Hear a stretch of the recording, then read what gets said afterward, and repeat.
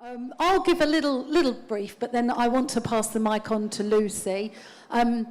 Lucy has got a fascinating story, and that story and the quality of her products has enabled her to gain quite a lot of media coverage locally, nationally.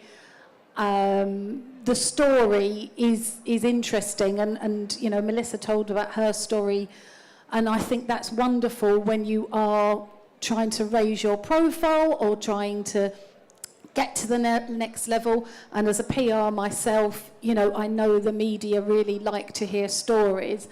I want to tell your story, but I'm going to let you do it. Maybe have another little round of applause again for Lucy Wager, who is Pudology. Thanks, Karen. So I'd better start right at the beginning. So I've always loved food, grown up in a family of food lovers, cooking, eating. Nobody was vegetarian or vegan, to be honest. And that led me into a degree which was food related at Birmingham. And I then got my very first job out of university, which was working for a company called Geest, who are now Bakkavor, who are one of the biggest food manufacturers in the UK. And it was great. I loved it. Was there for 18 months, and I was very lucky to then be offered a job at Sainsbury's as a product developer.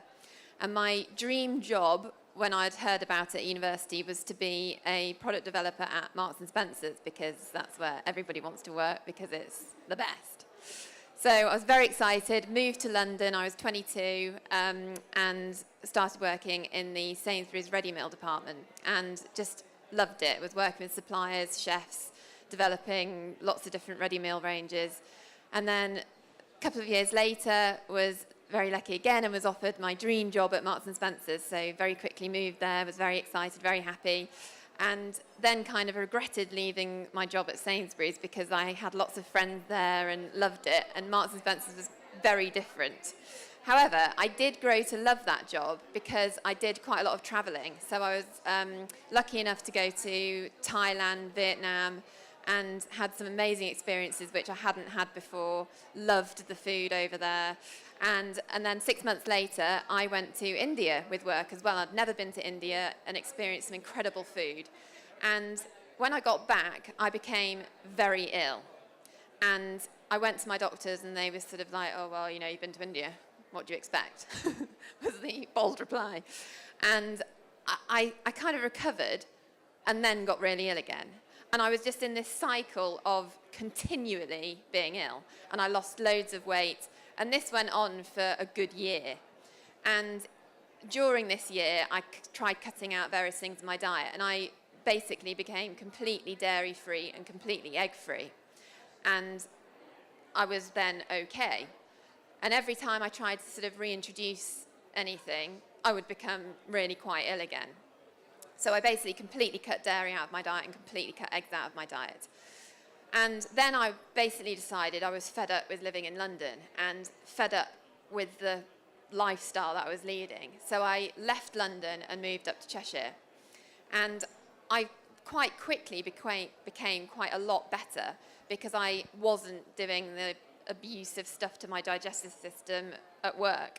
Because when you're a product developer, you basically eat all day. It's not very nice. And so I became quite a lot better quite quickly, and I was really able to control my diet, and I was really happy. And I suddenly sort of remembered who I was before, when I was really vibrant and healthy. And I started to really miss indulgent desserts that were like laden with cream and everything. But obviously I didn't want to eat cream. So one day I was at my mum and dad's house, actually, and I thought, God, I really want what he's eating, which my dad was eating some horrendously fatty, dairy-filled dessert.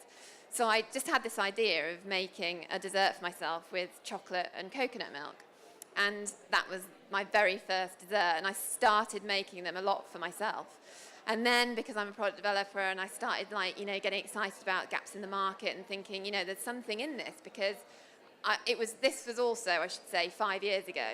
Well, actually 6 years ago, that I started making the products. So it was really right at the beginning of the rise of veganism and dairy-free, and everyone was kind of talking about gluten-free at that point, but the vegan thing was just coming.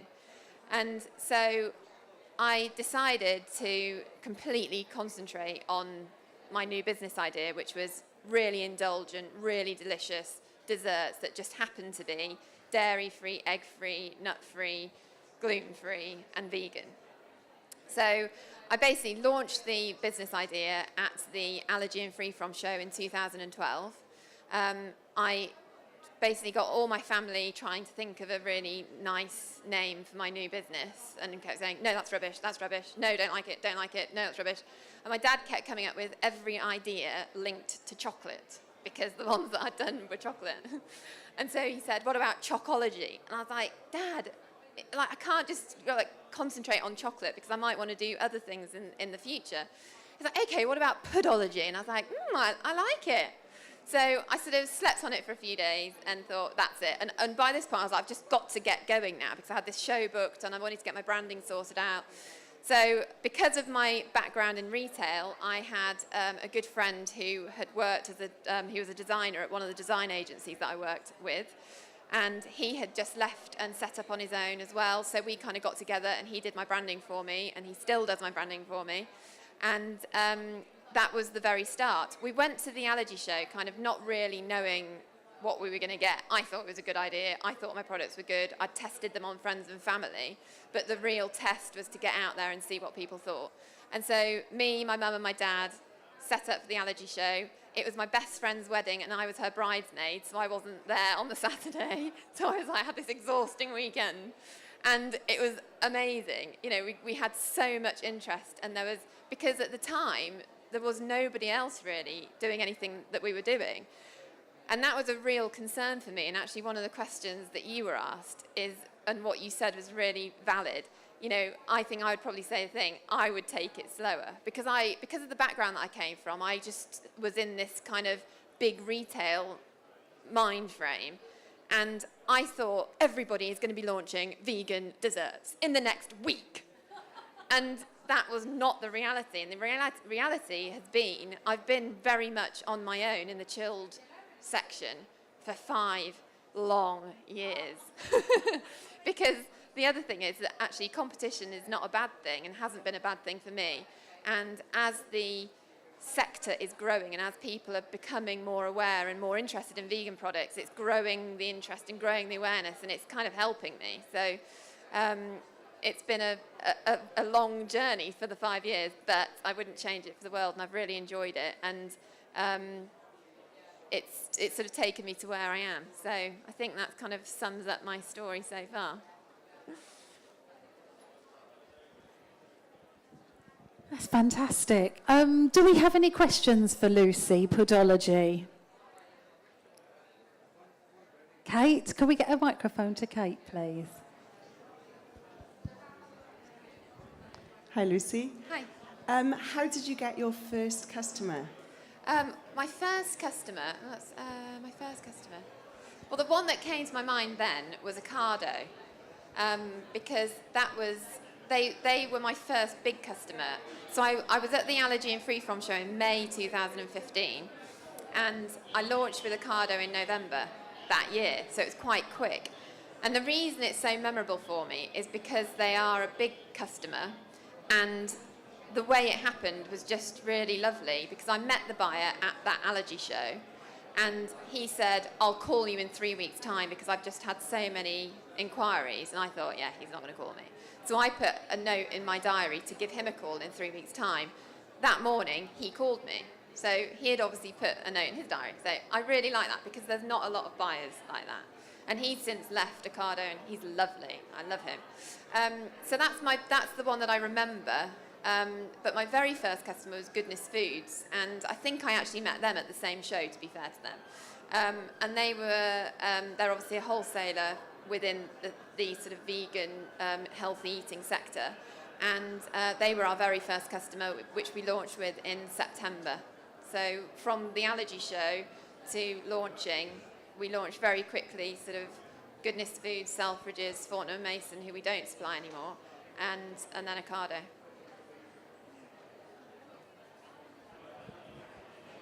Yep, we've got another question there.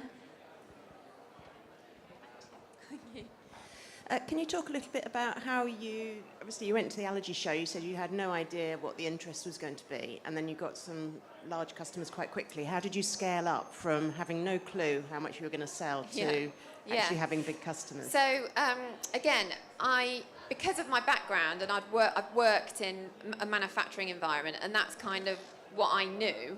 I never worked from home. I developed the products at home, but I never worked in my home kitchen. So from the very beginning, I had a very small unit, basically, which I shared with someone to begin with. And we got SALSA accreditation very quickly, and that's what enabled me to launch with Ocado. So because I knew the standards that I needed from the beginning, I started in that way. And if I had my time again, I probably would do that still, but I would probably take it slower to launch with the big retailers. So that's how I very first started. I'd like to ask Lucy. You can wait. Hold on just a second, because otherwise I'll forget my question. Over the 5 years that you've been growing, have you seen more interest and awareness for people wanting a dairy-free option? Has it increased over the 5 years? Definitely. So when I very first started, my normal friends didn't really they thought it was like really nice that I was doing this, but didn't fully understand why I was doing it, particularly because of the industry that I worked in.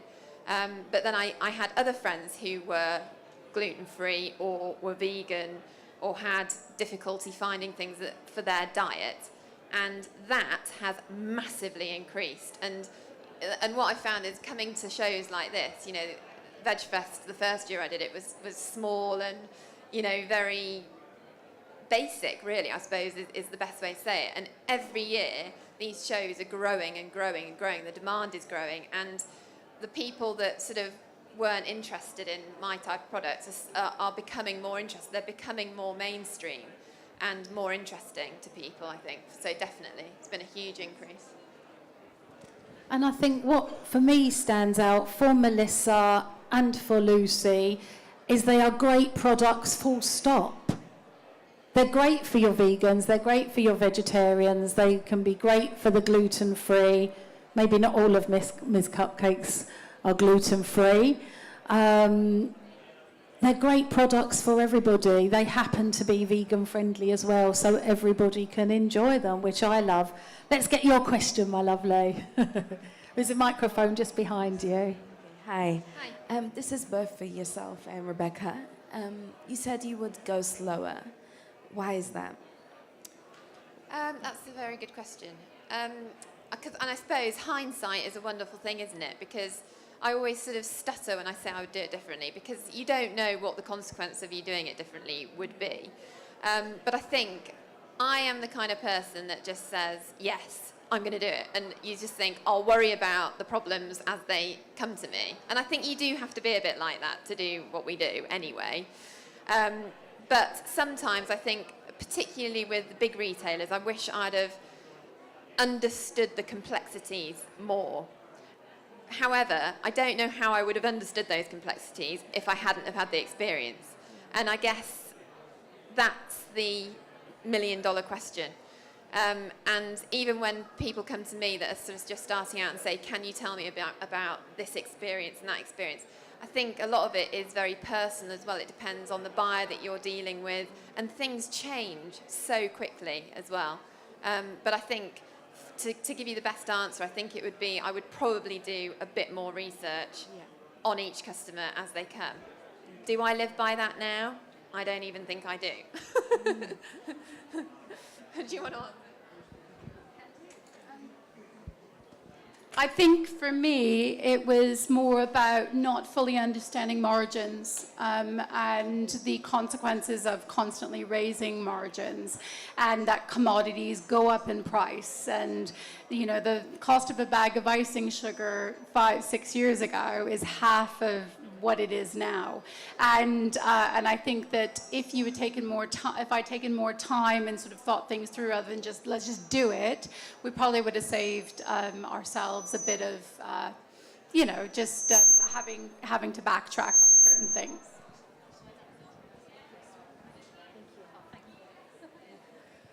Okay, well, that's lovely. Lucy Wager, thank you very much, Pudology. Absolutely lovely. Thank you, Lucy. Can we have a little round of applause?